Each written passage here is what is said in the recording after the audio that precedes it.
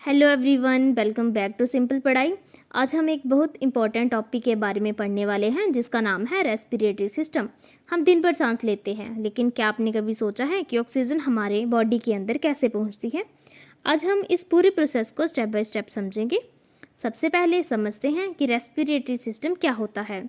Respiratory system हमारे body को oxygen provide करता है और कार्बन डाइऑक्साइड को हमारी बॉडी से बाहर निकालता है।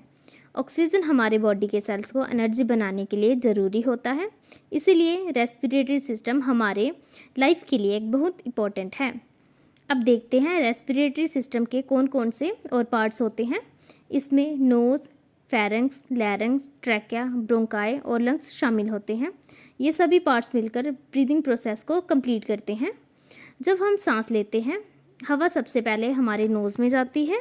नोज़ हवा को फिल्टर करता है और उसमें प्रेजेंट डस्ट पार्टिकल को रोकने में मदद करता है, साथ ही हवा को गर्म और नम भी बनाता है। अब नाक से एयर ट्रैकिया में पहुंचती है। ट्रैकिया को विंड पाइप भी कहा जाता है। ये एक ट्यूब जैसी स्ट्रक्चर होती है जो हवा को नीचे लंग्स की तरफ ले जाती है। ट्रैकिया आगे जाकर दो ब्रांचेस में डिवाइड हो जाती है जिन्हें ब्रोंकाई कहते हैं। ब्रोंकाई हवा को हमारे दोनों लंग्स तक पहुंचाती है। लंग्स रेस्पिरेटरी सिस्टम का सबसे इम्पॉर्टेंट पार्ट होते हैं।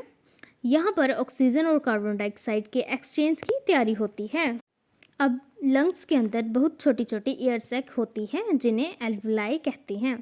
एल्वुलाई का काम गैस एक्सचेंज करना होता है। ये बहुत ज़्यादा संख्या में होती है जिसे गैस एक्सचेंज आसानी से हो जाती है। एल्वुलाई में ऑक्सीजन हवा से ब्लड में चली जाती है और ब्लड में प्रेजेंट कार्बन डाइऑक्साइड एल्वुलाई में जाती है। जब हम सांस लेते हैं, छोड़ते हैं, तो ये कार्बन डाइऑक्साइड बॉडी से बाहर निकल जाती है। तो स्टूडेंट्स, पूरी प्रोसेस को एक बार फिर से रिवाइज करते हैं। हवा नाक से अंदर जाती है, फिर ट्रैकिया और ब्रोंकाई से होते हुए लंग्स तक पहुंचती है। लंग्स के एल्वुलाई में ऑक्सीजन ब्लड में चली जाती है और कार्बन डाइऑक्साइड बाहर निकल जाती है। इस प्रोसेस को रेस्पिरेटरी सिस्टम कहते हैं। आज हमने रेस्पिरेटरी सिस्टम और उसके पार्ट्स के बारे में पढ़ा। और अगर आपको वीडियो ये अच्छी लगी हो तो लाइक, शेयर और सब्सक्राइब जरूर करना। Thank you for watching. See you in the next video.